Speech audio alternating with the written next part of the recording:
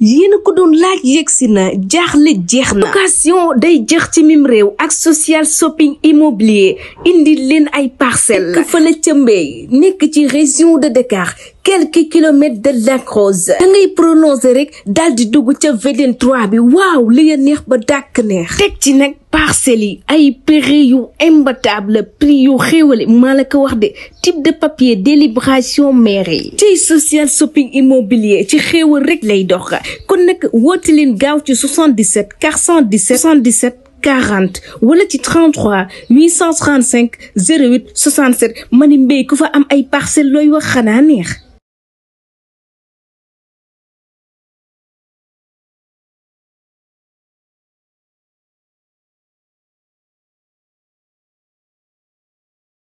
Ici, donc, dans votre localité, c'est la journée du déploiement couplée avec le reboisement.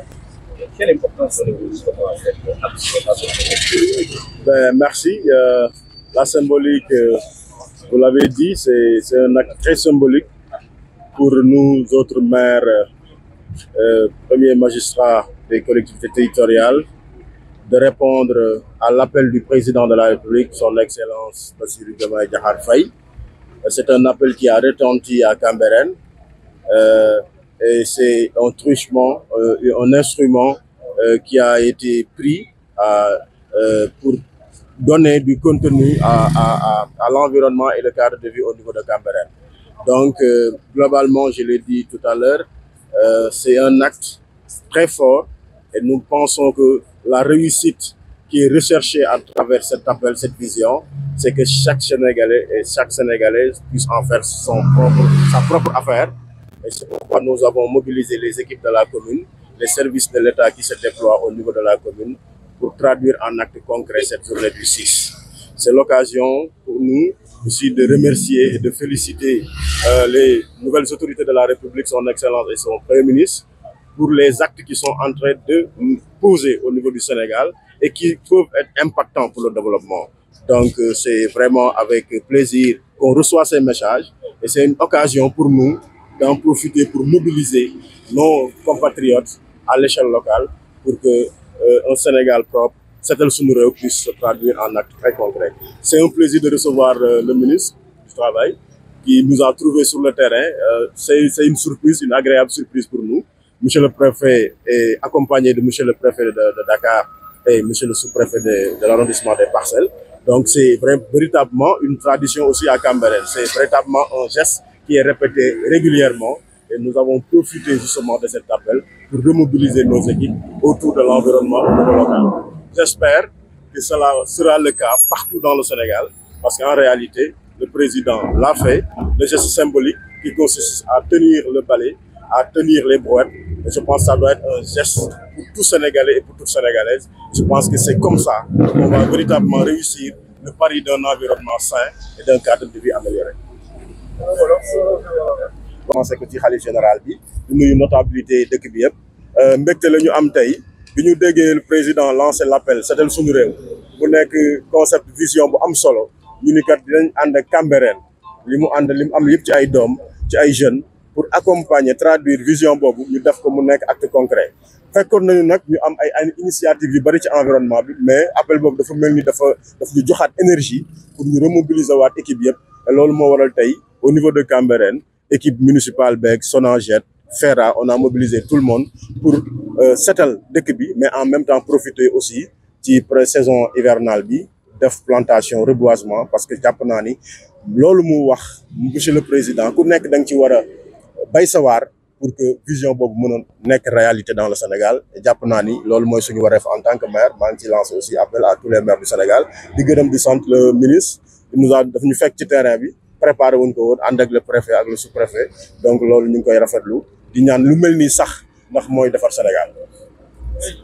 Merci. Vous avez également donc procédé à planter un arbre, ce qui est donc une symbolique.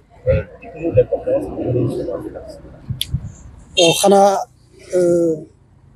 amaat mbégte di wéyal tournée bi nga xam ne moom lañu préfet proposé préfet du département de Dakar pour nemmeeku gox yi nga xam ne communes yi nga xam ne ñoo nekk tey di def set setal bi li nga xam ne ñu ngi koy def deuxième opération qui rentre dans le cadre des opérations mensuelles fii ci Ndakaaru ak ci di Sénégal yëpp ñëw deuxième étape fii ci Cambérène ku wax Cambérène wax xalif général de Layène ñu ngi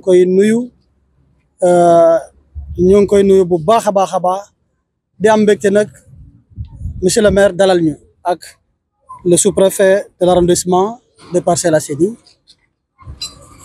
ñoom ñëpp ñu ñëw fii ci organisation préfet Ndakaaru ma leen di gërëm bu baax a baax fii Cambérène damay gërëm le maire et son équipe parce que bi ma fi ñëwee mbir mi ma fi constaté mooy moom impacté na ba ñeenti ministère ndax ku xam opération bi xam ne ministre de l'assainissement moo ko dirigé daa nekk waaye tey Cambérène ci ndiggu Ndakaaru dafa procéder au reboisement bu ngeen xoolee allée bi yëpp nu mu rafetee man dama waaroon sax gis ni tey si suba la ñuy doog a jëmbat garab yi dañ ko préparer lu yàgg ku xool garab yi xam ne c'est pas fait en 2 mois derrière ñu ngi ko ciy gërëm bu baax donc muy impacter ministre de l'environnement mu impacter ministre de l'intérieur parce que ku xam allée bii ñu choisir xam naa ne looloo tax préfet choisir ko tey sax xam ne wàllu sécurité daf fi posé woon trop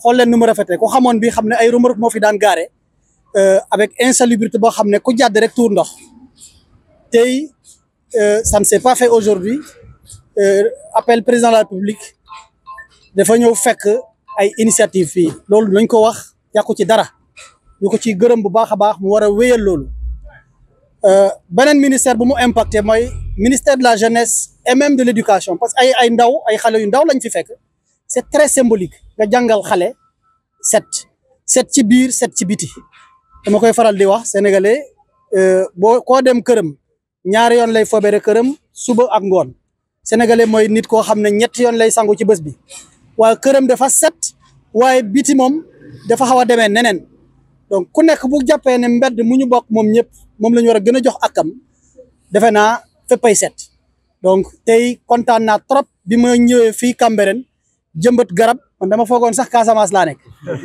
di leen féliciter bu baax a baax ci loolu di ñaan ñu wéyal garab yi nag li gën a am solo mooy du jëmbat bi waaye surveillance pour mu màgg ba mu nekk la plus belle des avenues kii bu ko toppatoo bu baax a baax mën na concurrencer même les Champs-Élysées. Je tenais à vous remercier pour ça. Merci, monsieur. De l'emploi et des relations avec les institutions, accompagné du préfet du département de Dakar et du sous-préfet de l'arrondissement des Parcelles Assainies. Nous sommes là à Cambérène, deuxième étape de la tournée du préfet. Et qui dit Cambérène pense au khalife général de Layène, que nous saluons de passage avec tout le plus grand respect. Mais heureux d'avoir été accueilli par le premier magistrat de la commune, monsieur le maire Mbeng, qui nous a reçus et qui aujourd'hui a impacté la journée. Moi, je retiendrai de cette journée ici à Cambérène qu'il a impacté au moins 4 à 5 ministères. Nous sommes là dans le cadre de l'opération Setal Sénégal. Il a rendu la rue propre avec toute la jeunesse et les populations. Mais il a fait mieux.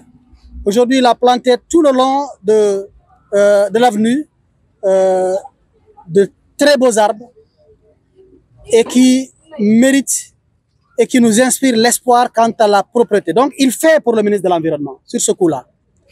Mais ce n'est pas tout. Qui ne se rappelle pas sur cette avenue les fameuses remorques qui se garaient du rond-point Casbah jusque presque à Cambérène, avec une situation d'insalubrité notoire et également d'insécurité. Donc, il a agi et pour le ministère des Transports et pour le ministère de l'Intérieur.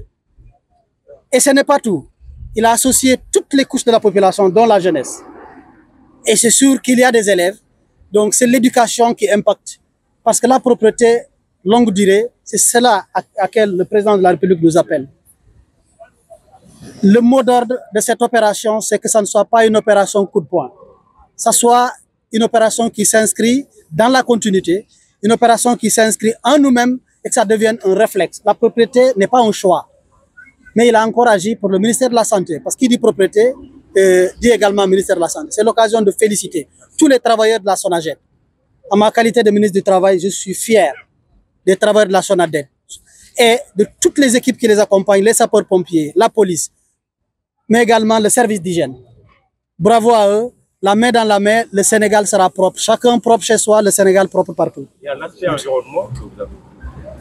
Oui, j'en ai parlé, parce que quand je parlais des arbres, il y a également le ministre de l'Environnement, et je lui rendrai compte en lui disant qu'ils ont fait, peut-être ça inspire une idée, de mettre en concurrence toutes les grandes avenues de Dakar pour qu'on ait l'avenue la plus verte, parce que les Champs-Élysées à Dakar, c'est possible. Merci.